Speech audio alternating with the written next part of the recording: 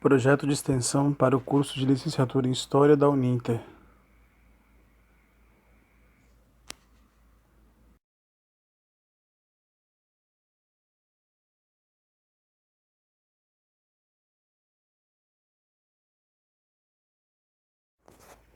Entre o final do século XIX e o começo do século XX, ocorreu no Brasil a chamada República Velha. Foi marcada pela influência dos coronéis ricos, fazendeiros que atuavam como oligarcas locais nas regiões mais pobres do interior do Brasil. O voto naquele tempo não era secreto e os eleitores viviam sob o mando dos coronéis que impunham seus candidatos. A prática do voto de cabresto diminuiu após a Revolução de 30, quando Getúlio Vargas iniciou o combate ao coronelismo no país. O novo Código Eleitoral foi aprovado em 1932, a fim de instituir o voto secreto no Brasil.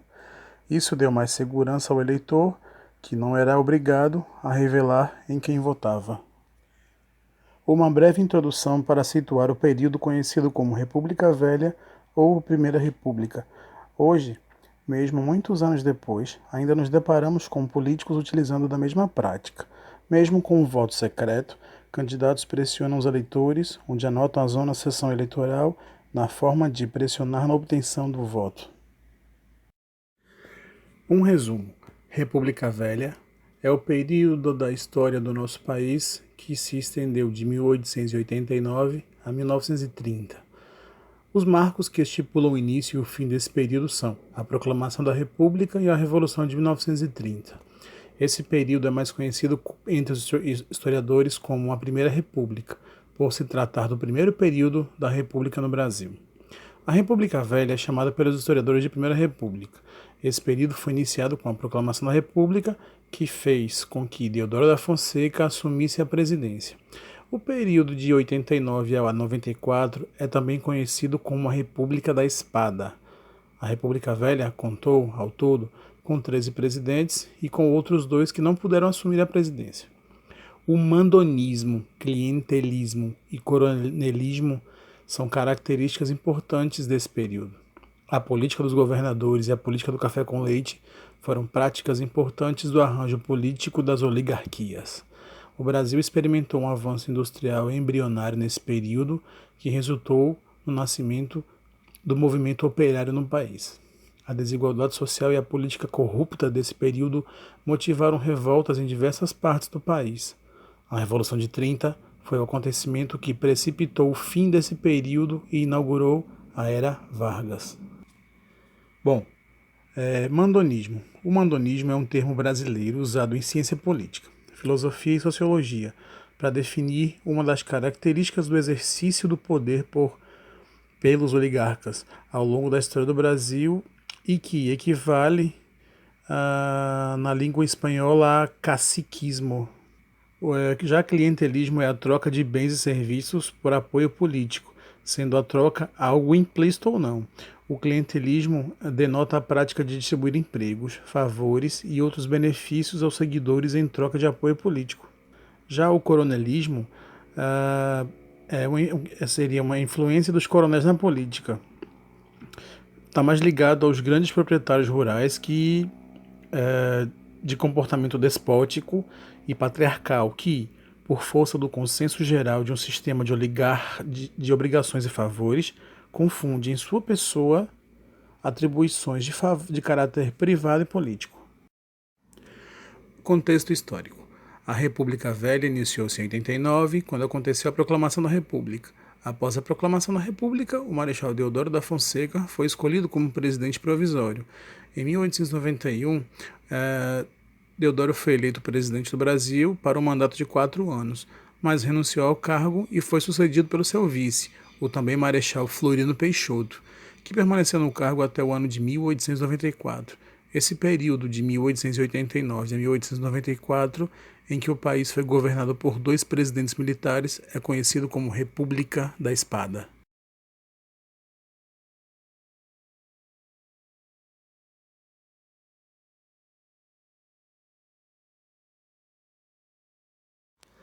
Deodoro assumiu a presidência provisoriamente até que fosse proclamada em fevereiro de 1891 uma nova Constituição. Esta Constituição de 1891 foi a primeira do período republicano e estabeleceu algumas medidas importantes como sistema presidencialista de governo, realização de eleições diretas para os cargos de presidente, deputados federais e senadores, separação entre Estado e Igreja Católica. O documento também invalidou o poder moderador, que era exclusivo do imperador e era superior aos demais poderes, executivo, legislativo e judiciário. Em novembro de 91, Deodoro da Fonseca foi eleito presidente, tendo o Marechal Floriano Peixoto como seu vice. O governo Deodoro da Fonseca ficou marcado por medidas autoritárias e pela centralização de poder e de decisões. Esses fatos geraram um aumento da oposição no Congresso ao seu governo. Deodoro decidiu acabar com o Congresso para evitar a pressão política. No entanto, pela pressão da oposição, 20 dias depois, ele decidiu renunciar ao cargo. O governo de Deodoro pode ser dividido em dois períodos, da proclamação até 91, o governo provisório, e de fevereiro a outubro de 91, governo constitucional. Floriano Peixoto assumiu a presidência no lugar de Deodoro e governou o país até 1894. O governo também manteve a característica de governo centralizador e foi marcado pela força e por várias revoltas. Floriano Peixoto ficou conhecido como o Marechal de Ferro e governou até 15 de novembro de 1894, quando foi sucedido por Prudente de Moraes, primeiro presidente civil do Brasil. Aprovada a Constituição, Deodoro articula-se com os militares, pressionando o recém-formado Congresso para eleger-lhe presidente. Sua eleição é garantida, mas sob forte oposição das oligarquias cafeeiras e do Congresso, que elegeu para a vice-presidência o candidato da chapa de oposição, Floriano Peixoto. Em 3 de novembro, Deodoro articulou um frustrado golpe de Estado, que culminou com o fechamento do Congresso e a prisão dos principais líderes da oposição. O golpe, porém, acabou por intensificar ainda mais a oposição, levando à renúncia de Deodoro da Fonseca em 23 de novembro, substituído imediatamente por Floriano Peixoto. Alagoano, veterano da Guerra do Paraguai, havia sido eleito pelo Congresso vice-presidente do Brasil. 9 meses depois, com a renúncia forçada de Deodoro da Fonseca, ele seria o presidente efetivo. Reestabeleceu o Congresso e suspendeu o estado de sítio. Foi considerado como o consolidador da República e lançou as bases de uma ditadura de salvação nacional. Floriano fez um governo nacionalista, austero e centralizador. Tornou-se o Marechal de Ferro. Queria a reeleição, que era constitucional, mas se recusou a dar um golpe articulado por seus aliados contra a posse do civil Prudente de Moraes. Entre seus atos estão a estatização da moeda, estimulou a indústria e baixou os preços de imóveis e de alimentos. Floriano também repreendeu movimentos monarquistas e proibiu o Jornal do Brasil, na época com inclinação monarquista, de circular até o final do seu governo. Ele enfrentou a Revolução Federalista no Rio Grande do Sul, que só terminaria com a vitória das tropas republicanas em 1895. Também enfrentou a Segunda Revolta da Armada. Mesmo tentado a permanecer no poder, Floriano percebeu que não teria o apoio da elite cafeira de São Paulo e que não conseguiria enfrentar a elite econômica do país. No governo de Floriano Peixoto, houve a eclosão da Segunda Revolta da Armada e a eclosão da Revolta Federalista. Como dissemos, a repressão a esses dois movimentos de rebelião contra o governo deu para Floriano a alcunha de Marechal de Ferro.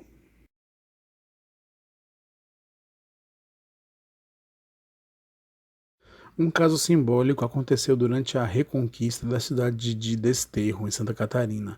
Próxima à cidade, havia uma fortaleza na ilha de Anhatomirim. E quando ela foi conquistada, o comandante florianista mandou fuzilar 180 soldados federalistas que tinham sido capturados. A liberação de Desterro fez com que a cidade fosse homenageada em nome de seu libertador. Desterro passou a chamar-se Florianópolis. Ainda sobre o início da República, bem ali no comecinho, vale um destaque sobre o encilhamento.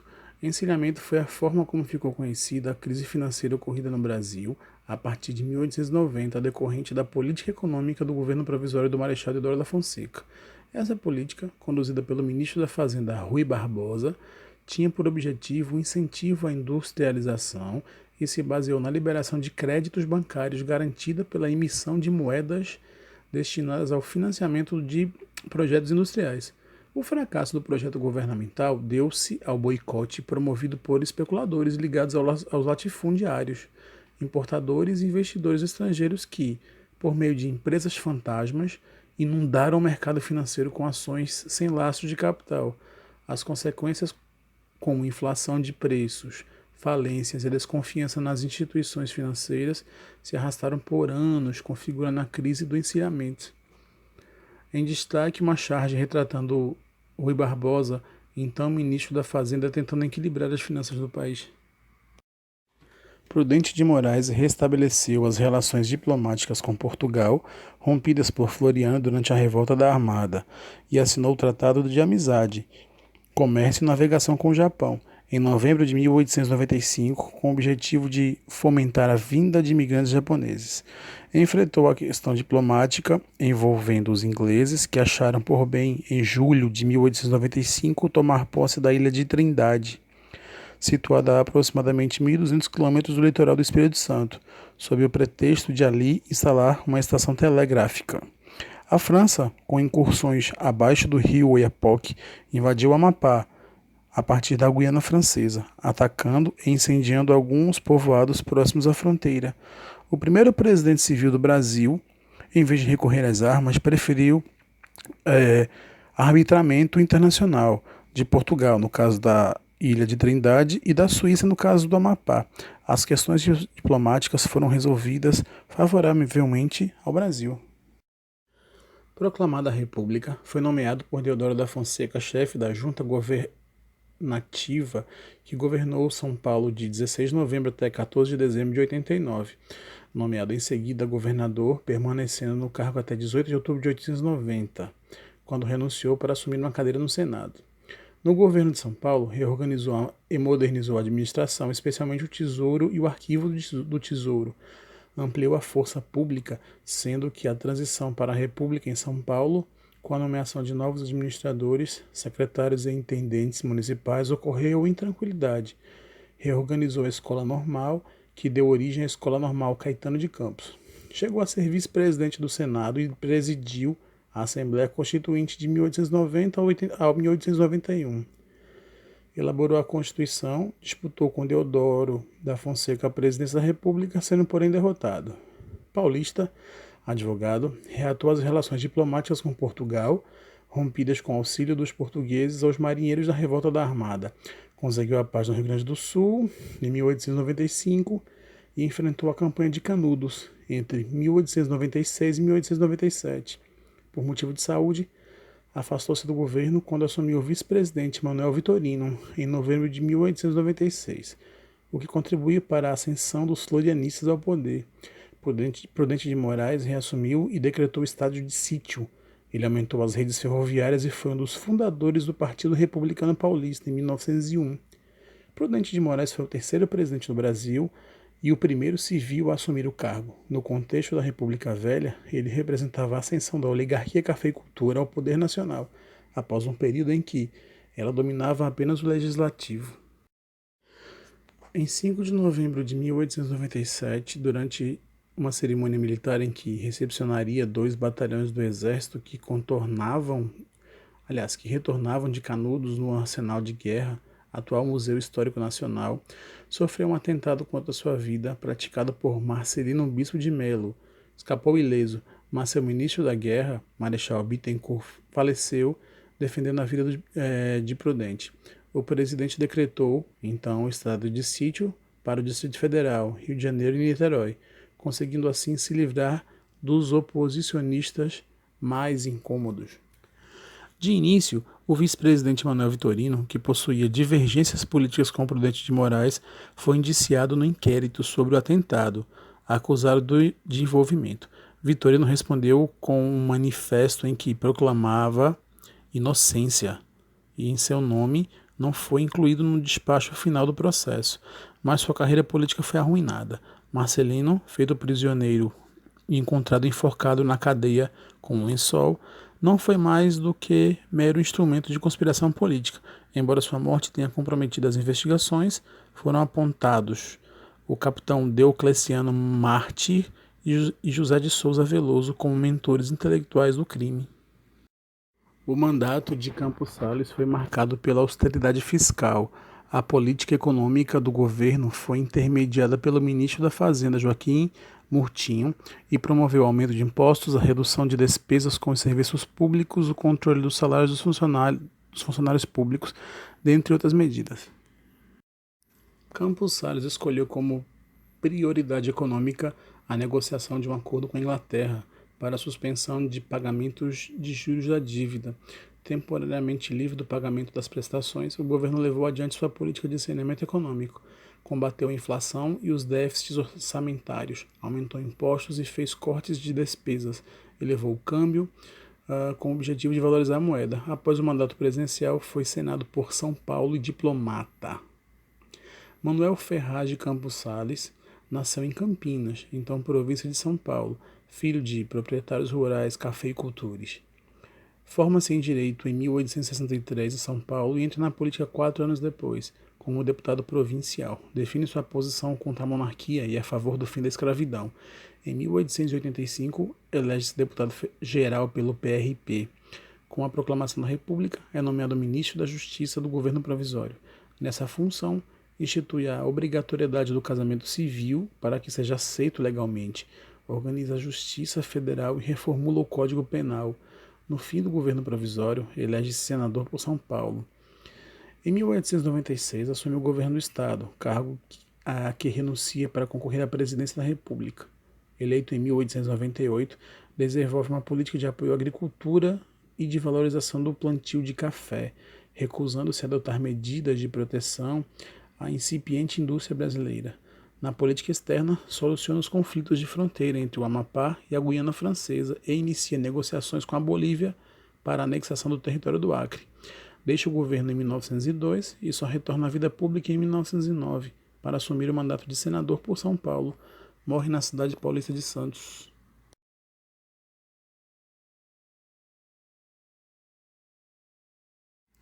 A política do café com leite. A política do café com leite derivou-se da política dos governadores e visava a predominância no poder nacional por parte das oligarquias paulista e mineira, executada a partir da presidência de Campos Salles, por presidentes civis fortemente influenciados pelo setor agrário de São Paulo, com grande produção de café, e Minas Gerais, produtor de leite, e maior polo eleitoral do país de então, impedindo que o principal cargo do Poder Executivo fosse ocupado por representantes dos interesses de outros estados economicamente importantes à época, como Rio Grande do Sul e Pernambuco. Tornava-se predominantes no poder representantes do Partido Republicano Paulista e Mineiro, que controlavam as eleições e gozavam do apoio da elite agrária de outros estados do Brasil. Ainda sobre a política do café com leite, podemos dizer que o poder financeiro das aristocracias rurais de Minas Gerais e São Paulo, crescente durante o século anterior, havia permitido que seus políticos adquirissem projeção nacional. Desta forma, a política do café com leite consolidou o poder das famílias mais abastadas, formando as oligarquias. Os paulistas e os mineiros ocupavam os cargos de presidente da República, vice-presidente e os ministérios da Justiça, Finança e Agricultura, entre outros. Nos estados, poucas famílias ocupavam os cargos de governador do estado, as secretarias das Finanças, Educação e Saúde, a prefeitura da capital, a chefia da Polícia Estadual e diretoria de imprensa oficial, a presidência dos bancos estaduais e a presidência das assembleias legislativas. São Paulo, produtor de café, e Minas Gerais, produtor de leite, eram os estados mais ricos e populosos do Brasil da República Velha. A oligarquia paulista estava reunida no Partido Republicano Paulista e a mineira no Partido Republicano Mineiro. Ciente disso, esses dois partidos se aliavam para fazer prevalecer seus interesses. Por diversas vezes, o PRP e o PRM escolheram um único candidato à eleição para presidente. Ora, o candidato era indicado por São Paulo e apoiado por Minas, ora se dava o contrário. Por isso, a maioria dos presidentes da República Velha representou os interesses das oligarquias paulista e mineira. Essa alternância entre São Paulo e Minas na presidência da República ficou, como já dissemos, conhecida como a política do café com leite. A República continuava as práticas centralizadoras do Império, através da política dos presidentes de Estado, os governadores, que controlavam de um lado o poder local através dos coronéis e de outro davam sustentação aos presidentes. A República Velha já possuía, nesse momento, entre seus dirigentes principais, as oligarquias paulistas e mineiras, ligadas ao setor agroexportador representado pelos cafeicultores paulistas, uma vez que o café constitui o setor mais dinâmico da economia brasileira. Por isso, os primeiros compromissos do governo civil republicano visaram garantir a cooperação dos credores e estrangeiros, comprometendo-se o novo regime a pagar dívidas contraídas com eles por cafeicultores brasileiros.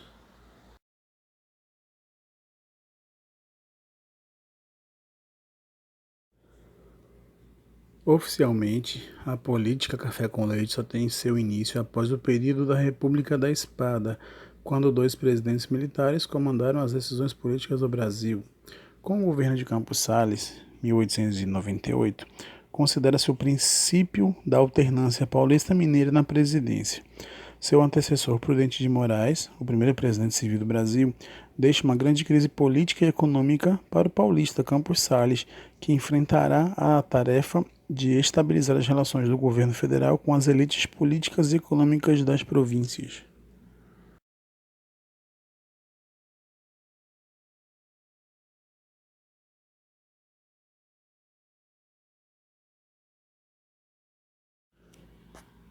Rodrigues Alves realizou reformas na cidade do Rio de Janeiro, uma vez que a capital vinha sofrendo com o problema do inchaço urbano, decorrente das migrações que cada vez mais chegavam da Europa e, sobretudo, do reflexo da abolição da escravidão, cujos ex-escravos viviam em condições precárias, sem saneamento, em casebres amontoados nas cidades. Diante disso, ao observar a cidade do Rio de Janeiro, que estava sendo atacada por epidemias, proliferação de insetos e ratos, decorrente da falta de saneamento e de planejamento urbano, Rodrigues Alves, ao lado do médico Oswaldo Cruz, diretor-geral de Saúde Pública, propôs em 1904 a Lei da Vacina Obrigatória. Esse evento ficou conhecido como a Revolta da Vacina, que gerou grande insatisfação da população carioca, as quais alegavam a falta de informação, além da autoridade imposta pelo governo.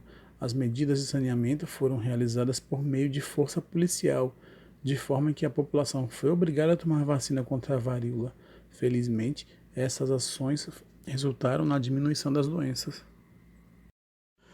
Prudente de Moraes pacifica o país. Campos Salles promover a recuperação financeira e Rodrigues Alves teve então condições de levar avante um plano de governo reformista. Sua proposta incluía o predomínio civil, a atenção à política externa, o saneamento da cidade do Rio de Janeiro, como a erradicação da febre amarela, a reurbanização da cidade, o melhoramento do porto, a expansão da rede ferroviária nacional, o incentivo à imigração com a fixação dos estrangeiros no campo e uma firme gestão financeira para possibilitar a realização do plano de obras. Seu governo foi marcado por ideias de reurbanização, modernização e saneamento, sobretudo no Rio de Janeiro, na época capital da República, a qual apresentava construções irregulares, acúmulo de lixo e proliferação de diversas doenças, das quais se destacam a febre amarela, a peste bubônica e a varíola. De tal modo, investiu na construção de portos, estradas de ferro, avenidas importantes, e vale destacar que, para a efetivação do seu projeto de reurbanização e modernização da capital, expulsou a população pobre de seus casebres e cortiços para realizar a construção de estradas e obras públicas. Esse processo desencadeou o desenvolvimento de favelas, ou processo de favelização, sendo a maior da América Latina a favela da Rocinha, situada no Rio de Janeiro. Dentre as questões externas, participou da anexação do território do Acre, antes pertencente à Bolívia, região que prosperava com a extração e exportação da borracha na Amazônia, período que ficou conhecido como Ciclo da Borracha. Assim, por meio do Tratado de Petrópolis, 1903, entre Bolívia e o Brasil, ficou estabelecido que o território, a partir daquela data, pertencia ao Brasil. Em 1918, foi eleito novamente presidente da República, todavia, não pôde assumir o cargo, visto que foi acometido pela gripe espanhola.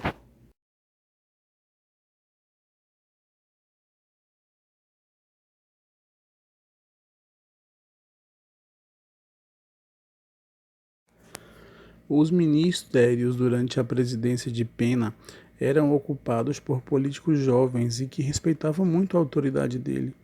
Estes jovens receberam a alcunha de Jardim da Infância. Chegou mesmo a declarar, em carta a Rui Barbosa, que a função dos ministros era executar seus pensamentos.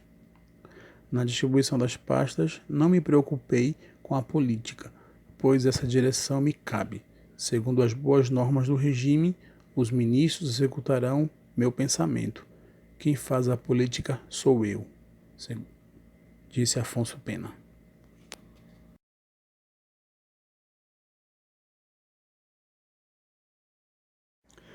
Hermes da Fonseca era sobrinho do Marechal Deodoro da Fonseca, primeiro presidente do Brasil, do general João Severino da Fonseca, patrono do Serviço de Saúde do Exército e filho do Marechal Hermes Ernesto da Fonseca.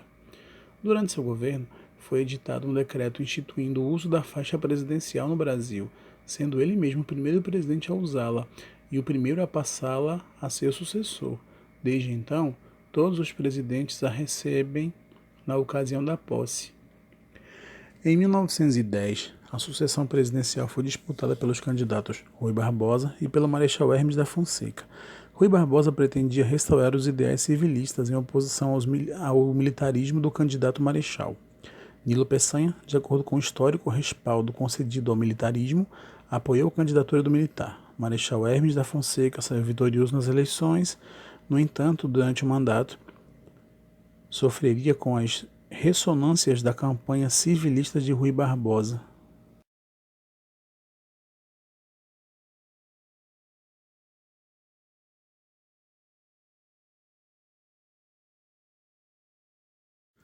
O estado de sítio tornou-se constante para conter os distúrbios decorridos das salvações.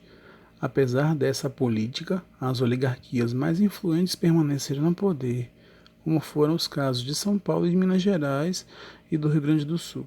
No Ceará, desencadeou-se uma revolta na região do Cariri, insuflada pelo padre Cícero, em 1913, na defesa da área de influência do deputado Pinheiro Machado e da família Ascioli, opondo-se ao governo de Franco Rabelo.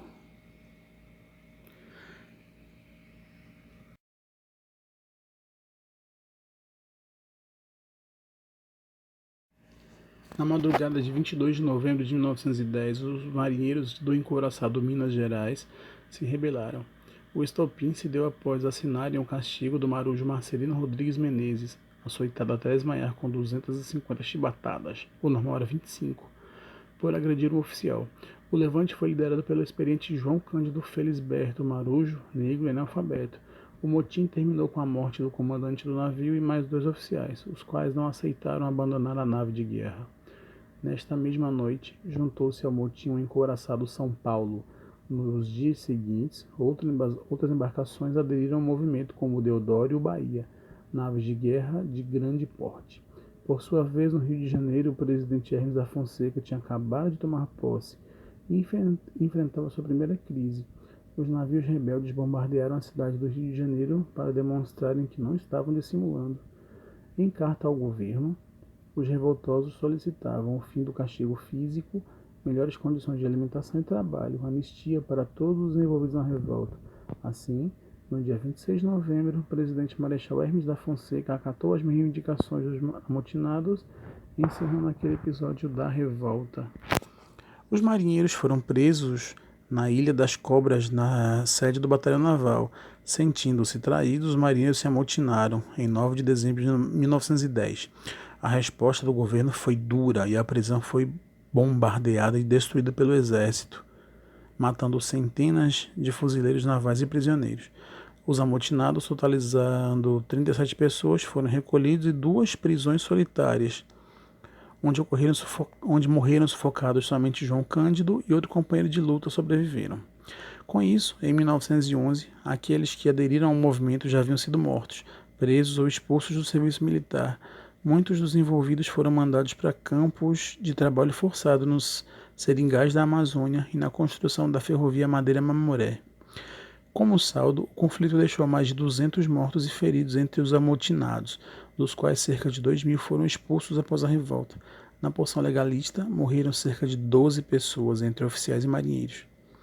Quanto ao líder João Cândido, após sobreviver à prisão e ter sido inocentado, ele foi considerado desequilibrado e internado num hospício. Por sua audácia, a imprensa da época o chamou de Almirante Negro. Ele seria absolvido das acusações de conspiração em 1º de dezembro de 1912, mas foi expulso da Marinha. Sobreviveu como pescador e vendedor, até que o jornalista Edmar Moreu resgatou sua história de esquecimento e lançou o livro A Revolta da Chibata, em 1959. Somente em 23 de julho de 2008, o governo brasileiro entendeu que as causas da revolta eram legítimas e concedeu anistia aos marinheiros envolvidos.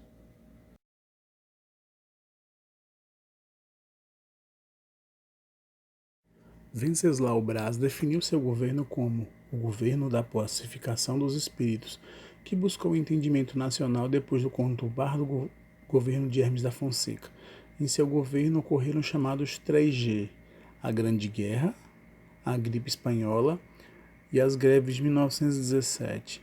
Foi ele quem promulgou o primeiro Código Civil Brasileiro, que entrou em vigor em 1º de janeiro de 1916 e que foi a primeira lei a grafar o nome Brasil com a letra S. Venceslau Braz foi um advogado e político brasileiro, presidente do Brasil entre 1914 e 1918, com um pequeno afastamento de um mês em 1917 por motivo de doença. Em 1º de março de 1910, Venceslau Braz é eleito vice-presidente da República, tendo Hermes da Fonseca sido eleito presidente, derrotando Rui Barbosa, que estava sem apoio. Ele conquistou o cargo através da política do café com leite, após os estados de São Paulo e Minas Gerais se reconciliarem com o Tratado de Ouro Fino.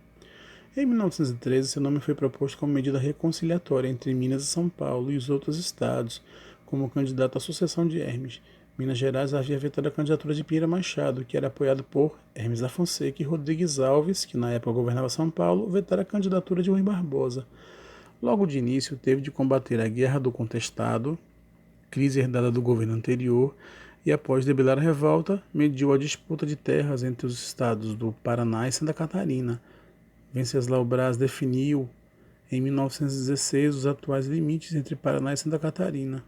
Em 20 de outubro de 1916, os governadores dos dois estados assinaram no Palácio do Catete um acordo que fixava as divisas entre aqueles estados, o qual foi aprovado pelo Congresso Nacional. O torpedeamento de navios brasileiros em 26 de outubro de 1917 por submarinos alemães levou o Brasil a entrar na Primeira Guerra Mundial. Tendo a participação do nosso país no conflito se resumiu ao envio de uma esquadra naval para colaborar na guerra anti-submarino e uma missão militar à frente ocidental, em 1918. Devido às dificuldades em importar produtos manufaturados da Europa durante o seu mandato, causadas pela guerra, Venceslau Braz incentivou a industrialização nacional, porém de forma inadequada, já que o país ainda era essencialmente agrícola e o governo necessitava de armamentos bélicos, que requeriam uma indústria mais sofisticada que a do Brasil de 1914.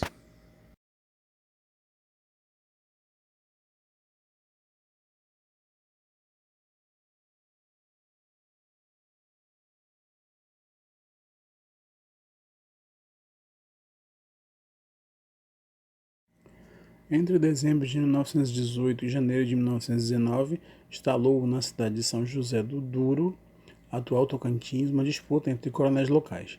Também é conhecida como Chacina dos Nove ou Chacina do Douro. O caso foi um desentendimento por causa de uma questão de herança. Apesar da intervenção do governo Delfim Moreira, as famílias envolvidas praticaram sequestros. Os policiais, por sua vez, efetuaram prisões arbitrárias que incluíam 9 suspeitos que foram amarrados em troncos.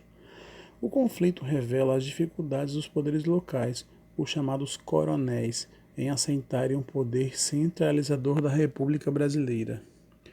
O coronelismo é um fenômeno da política brasileira ocorrido durante a Primeira República. Tinha como característica a pessoa, o coronel, que detinha um poder econômico e exercia o poder local por meio de violência e trocas de favores. Em nível local, os coronéis empregavam as milícias para reprimir e assim manter a ordem social ao mesmo tempo em que preservavam seus próprios interesses. Os coronéis distribuíam benefícios, patrocinavam a festa do santo local, eram padrinhos de inúmeras crianças que nascessem em suas terras e dava reses aos vaqueiros mais destacados. Assim, estabelecia uma relação de dependência e temor com os empregados, chamada clientelismo. Qualquer pessoa que se negasse a votar no candidato indicado pelo coronel era vítima de violência física ou perseguição pessoal. Essa medida garantia que os mesmos grupos políticos se consolidassem no poder. Com isso, os processos eleitorais no início da era republicana eram sinônimos de corrupção e conflito. O controle dos processos eleitorais por meio de tais práticas ficou conhecido como voto de cabresto. Essa falta de autonomia política integrava uns processos onde deputados, governadores e presidentes se perpetuavam em seus cargos. Os hábitos políticos dessa época, como a chamada política dos governadores e a política do café com leite, só poderiam ser possíveis por meio de ação coronelista. Mesmo agindo de forma hegemônica na República Oligárquica, o coronelismo tornou-se um traço da cultura política que perdeu espaço com a modernização dos espaços urbanos e a ascensão de novos grupos sociais na década de 20 e 30. Quem não lembra de Odorico Paraguaçu?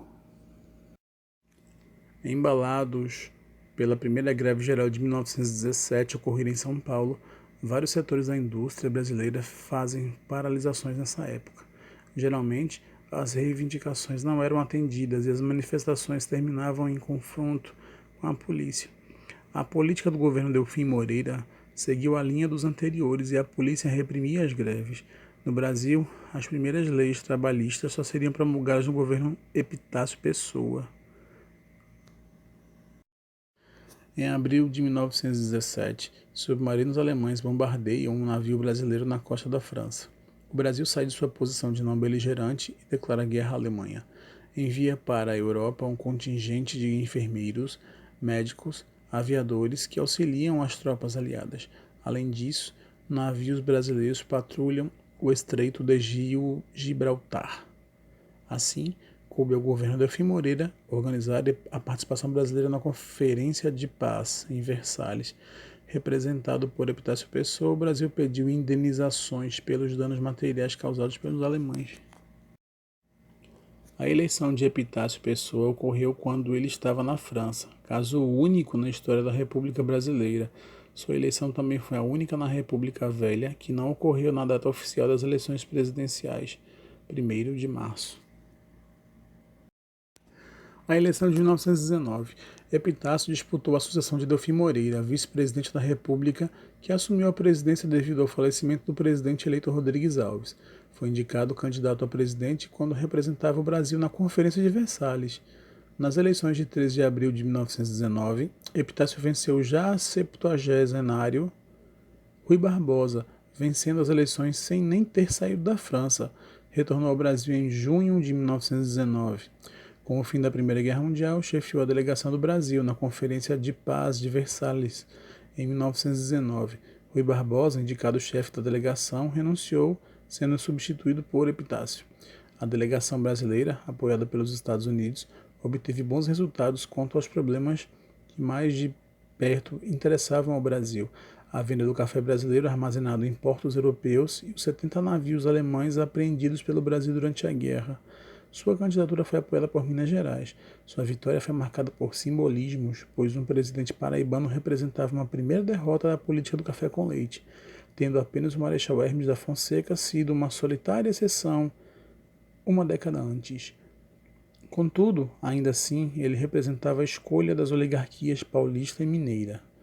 A outra versão para sua eleição, porém, a versão de que São Paulo e Minas Gerais decidiram, depois da morte de Rodrigues Alves, escolher alguém que não fosse nem de São Paulo nem de Minas. Em seguida, para a eleição seguinte, de Arthur Bernardes voltou-se ao rodízio São Paulo com Minas Gerais.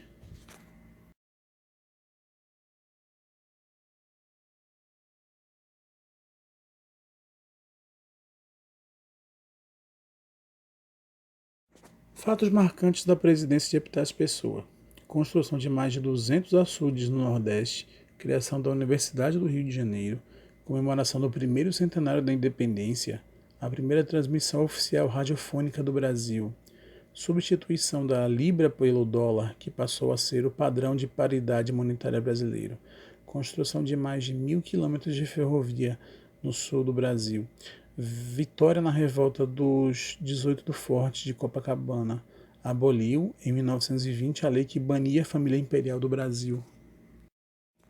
O governo de Arthur Bernardes foi marcado por vários conflitos contra o regime oligárquico, evidenciando o fim do poder político das oligarquias rurais. Sua eleição é uma discrepância na política oligárquica nacional, após não terem conseguido um nome de consenso nas eleições em 1918, levando o paraibano Epitácio Pessoa à presidência.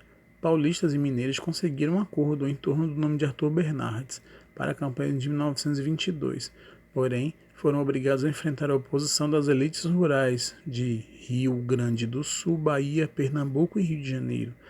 Esses estados lançaram a candidatura de Nilo Peçanha, no movimento chamado Reação Republicana. As eleições aconteceram em março de 1922 e já em julho do mesmo ano ocorreu um movimento militar contra o governo. O episódio dos 18 do Forte de Copacabana daria início ao movimento tenentista, que cobrava alterações do regime político nacional, buscando uma maior democratização da participação. O episódio dos 18 do Forte de Copacabana seria o primeiro dos relacionamentos ao tenentismo. Viriam depois a Revolução Paulista de 1924 e a Coluna Prestes, a partir de 1925. No Rio Grande do Sul, o governo federal de Bernardes teve ainda que debelar a Revolução Gaúcha, que eclodiu contra o quinto mandato de Borges de Medeiros à frente do governo estadual. A solução do conflito abriria uma brecha para a participação de uma nova geração de políticos que estaria diretamente ligada à Revolução de 30. Todos esses conflitos que ocorreram no país levaram Arthur Bernardes a declarar várias vezes o estado de sítio. Outro grupo social que foi alvo do ataque repressivo do presidente foram os operários. Após alguns anos de intensas lutas contra as péssimas condições de trabalho, no final da década de 1910, os operários de São Paulo e Rio de Janeiro, principalmente, passaram a sofrer pesadas perseguições, apesar das tentativas de elaboração de legislações trabalhistas. O governo de Arthur Bernardes foi marcado pela crescente disposição dos diversos setores do país com a República Velha. O período é marcado pela suspeita de fraude nas eleições para o Rio Grande do Sul e pelo crescimento do movimento tenentista, que evidenciava o descontentamento de diversos setores do exército com as oligarquias dominantes. A evolução do movimento culminou com a fracassada Coluna Prestes, que pretendia unir o país sob a tutela dos tenentes revoltosos, que corrigiriam os rumos da pátria. O início da Coluna Prestes. A Grande Marcha de 1925 a 27 foi o ponto culminante de um movimento militar denominado tenentismo. Esse movimento armado visava derrubar as oligarquias que dominavam o país e, posteriormente, desenvolver um conjunto de reformas institucionais, com o intuito de eliminar os vícios da República Velha. Ainda sobre o tenentismo, podemos dizer que é um movimento que reflete, ao mesmo tempo, a crise da República Velha e seus tradicionais métodos de manipulação de poder, como também as peculiaridades da instituição militar, melhor definida politicamente desde o governo Floriano Peixoto. Desde o final do século XIX, pode-se perceber um movimento no interior do exército promovido por militares florianistas, que consideravam o exército como o verdadeiro responsável pela implantação da república no país. Essa tendência reforçou o sentido de corpo dos militares, que, a partir do governo de Prudente de Moraes, passaram a ocupar um lugar secundário na política nacional, sem poder político efetivo, porém organizados dentro de uma instituição centralizada. Parte dos militares enxergava a república se corromper pelos políticos civis que haviam se apropriado do poder.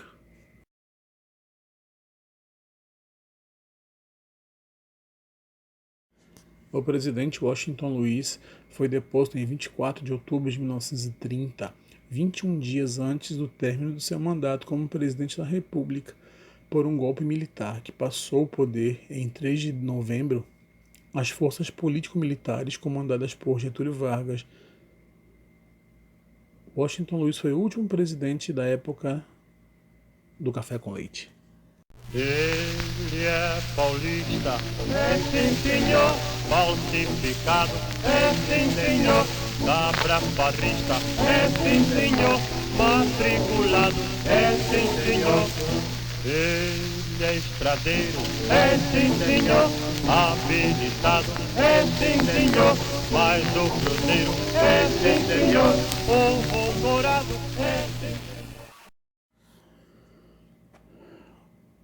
Lançado o programa da Aliança Liberal, acordo entre as oligarquias de Minas Gerais e Rio Grande do Sul para fazer oposição à candidatura de Júlio Prestes, que representava o continuismo do PRP no poder.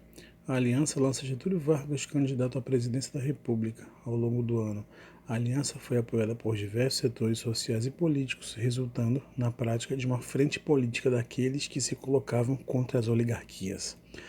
Oligarquias regionais dissidentes, setores urbanos, trabalhadores e militares apoiaram os candidatos da Aliança Liberal. O golpe depõe o presidente Washington Luiz.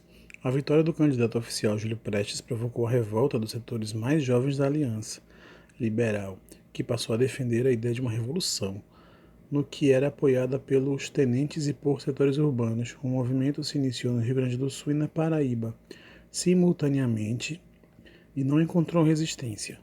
Na verdade, a vitória eleitoral do candidato ao governo era produto da fraude e não refletia a falta de apoio ao governo. Em 24 de outubro, o presidente Washington Luiz foi deposto e Júlio Prestes foi impedido de assumir. Em 23 de maio de 1928, Washington Luiz foi baleado no Hotel Copacabana Palace por sua amante, a marquesa italiana Elvira Vitti Mauritti, que tinha 28 anos de idade. O presidente foi então internado, sendo a versão oficial de que teria tido uma crise de apendicite. 4 dias depois, a jovem marquesa foi encontrada morta. A versão da polícia foi de que teria se suicidado. Em 1928, o Brasil recebeu a visita do presidente dos Estados Unidos, Herbert Hoover. Como havia feito na prefeitura e no governo de São Paulo, Washington Luiz publicou documentos antigos do Arquivo Nacional, preservando assim muitos textos da história do Brasil, que corriam risco de ser destruídos por insetos. Publicou também as obras completas de Rui Barbosa. Em 1929, Washington Luiz apoiou Júlio Prestes, presidente do estado de São Paulo, à sua sucessão, e o presidente da Bahia, Vital Soares, como candidato a vice-presidente. Com isso, rompia a política do café com leite, em que havia predomínio de presidentes paulistas e mineiros na presidência. Os presidentes de 16 estados apoiaram a candidatura de Washington Luiz. Negaram apoio ao candidato Júlio Prestes. Apenas os presidentes de 3 estados, Minas Gerais, Rio Grande do Sul e Paraíba. Até hoje lê-se nego na bandeira da Paraíba. Os presidentes destes 3 estados e políticos de oposição de diversos estados se unem formando a Aliança Liberal e lançam Getúlio Vargas candidato a presidente da República e o presidente da Paraíba, João Pessoa, como candidato a vice-presidente da República. Em 1º de março de 1930, Júlio Prestes venceu a eleição contra os protestos da oposição que denunciavam fraude. Surgem boatos sobre uma possível revolução, desmentidos por Getúlio Vargas e outras lideranças da Aliança Liberal. O surgimento de um movimento insurgente em São José da Princesa, na Paraíba, que parecia, segundo a oposição, ter sido instigado pelo governo federal contra o presidente do estado, João Pessoa, seguido do assassinato do mesmo João Pessoa e a Grande Depressão Econômica de 1929, servem de pretextos para reunir as forças aliancistas que conspiram e iniciam uma revolução em 3 de outubro de 1930. Em 24 de outubro de 1930, os ministros militares depõem Washington Luiz, que é preso, sai do Palácio do Catete acompanhado do cardeal arcebispo do Rio de Janeiro, Sebastião Leme, e é conduzido ao Forte de Copacabana. Uma junta militar assume a presidência, entregando-a a Getúlio Vargas em 3 de novembro de 1930. Washington Luiz foi exilado, vivendo muitos anos nos Estados Unidos e posteriormente na Europa.